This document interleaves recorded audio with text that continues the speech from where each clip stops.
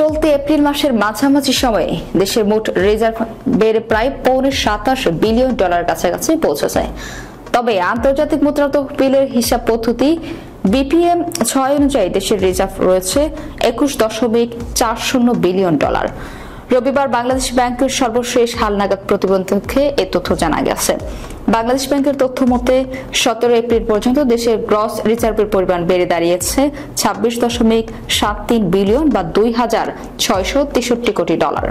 তবে আইএমএফ হিসাব পদ্ধতি অনুযায়ী রিজার্ভ এখন $21.39 বিলিয়ন বা $2,139 কোটি।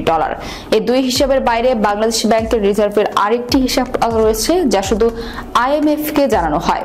সেখানে আইএমএফ এর এসডিআর খাতে থাকা ডলার, ব্যাংকগুলোর বৈদেশিক মুদ্রা ক্লিয়ারিং হিসাব থেকে বৈদেশিক মুদ্রা এবং আকর বিল বাদ দিয়ে ব্যবহারযোগ্য রিজার্ভের হিসাব করা হয়।